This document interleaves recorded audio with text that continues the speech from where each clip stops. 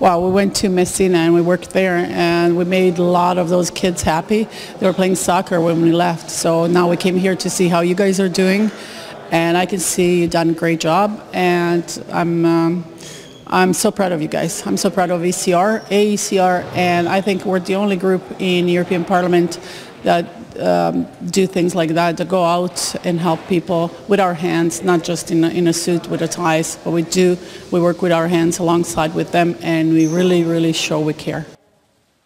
We are here obviously because it's important to help people that we welcome into our countries. As a conservative, I'm obviously not a huge fan of totally open borders, but if we accept a certain amount of people, a certain number of people, then we should make their life easier by helping them.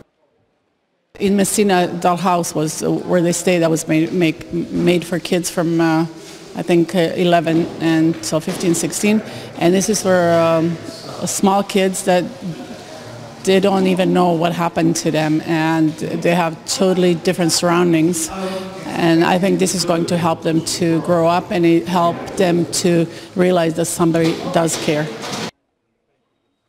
Well, if you are a refugee, then it means that you came here to save yourself from the war or from, I don't know, some kind of terrorist crisis or whatever. So you stay here while the crisis is there. So while you're threatened for your life, and when the crisis is gone, when the war is gone, obviously it would be good for those people to go back and rebuild their own countries, with our help, of course. So those countries are now in ruin, and we should help them rebuild their own countries.